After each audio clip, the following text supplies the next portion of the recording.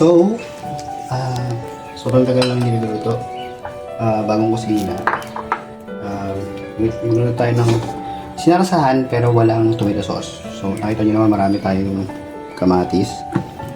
So, gigisa muna tayo. Coconut oil. Tapos nagpakulo nga pala ako ng leeg. So, ito yung nakuha kong taba ng or oil from leeg ng manok. Lagyan natin. Lasa.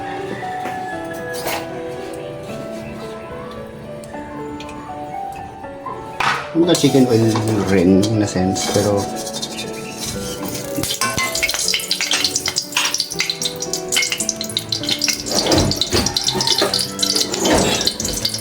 sibuyas. Natin natin.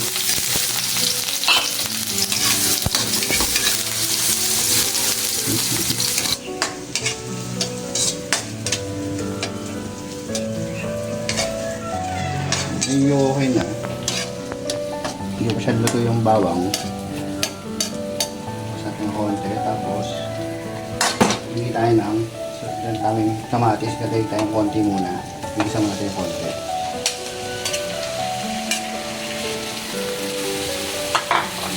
More than half.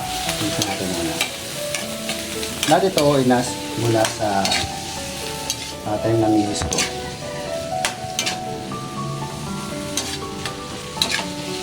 Nakasap mo yung apoy para mag-isa siya.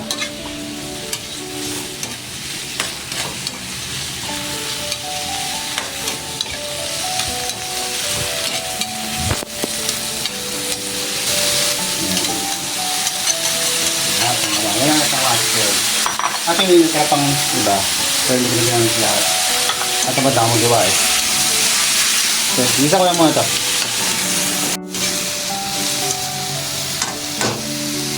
Ako lagyan natin ng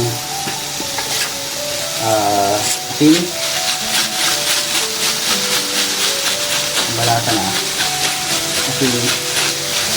At asin at saka ispa.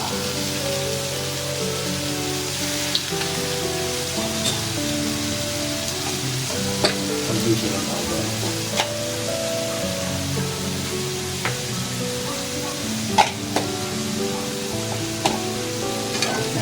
Tapos, pag mamantikain lang, pag durugin ko lang ito sa gisa. Mga 10 minutes na siguro, so dinigyan ko siya ng tubig kasi nag-aano na siya. Medyo nasunod na, so dinigyan ko ng konting tubig para pakuluan pa. Right? Okay, so medyo okay na to. Natin. Set aside muna natin to. Kasi mamaya papakuluan pa rin naman natin ito kasama yung manok natin. Okay? So, tayo natin.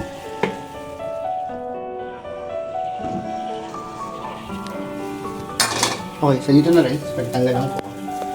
Lagyan tayo ng chicken butter, chicken oil na lang, chicken oil. So, ito yan sa kain tat. Dapat ako maghugas at tanong pa. Tapos, again, tawang sibuyas. Igisa lang natin yung manok natin.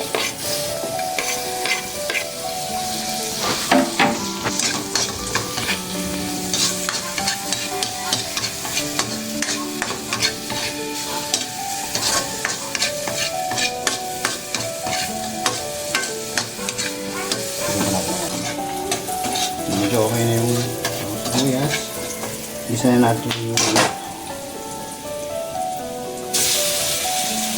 Yung itong manok, minanday ko lang naman ito sa toyo. Asin, paminta.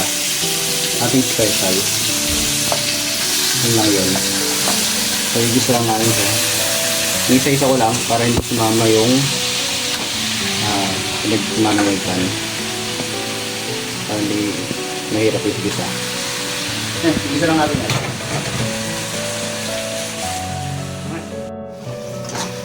Okay. Igisa na. Gisa na. Nalagyan ko ng bell pepper kung para lasa sa kapamoy. Kampamoy. So, lagyan ko lang. Ito toyo.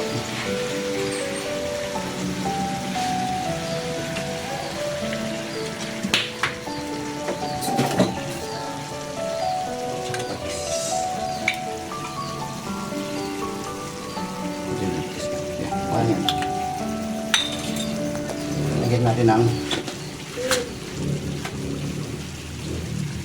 more chicken cubes ang palasa. Kasi hindi naman tayo mag-tomato sauce. Kaya na. Ha? Haluin lang ng konti. Tapos, isama natin yung tomato kanina. Yung mga kamatis kanina ng natin. Isama na natin. Papakuluan na natin siya sa kamatis ito. Okay lang. Prap! Lagyan natin ang konting tubig. Kita mo lagyan ng tubig para kasama siya.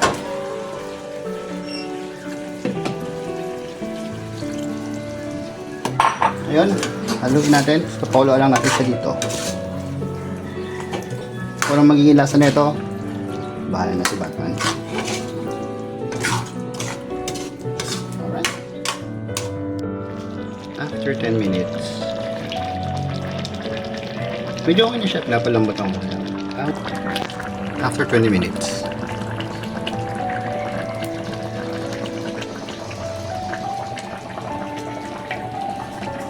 Tinikman ko na siya. Masarap. Okay naman. Hindi siya yung typical talaga na sinarsahan na masasabi nyo. Pero, for what it's worth, mga kamatis galing sa garden ng misis ko, pati yung bell pepper actually is galing sa garden namin. So, all in all, it's a great experiment. You guys should try it. Thanks, bye!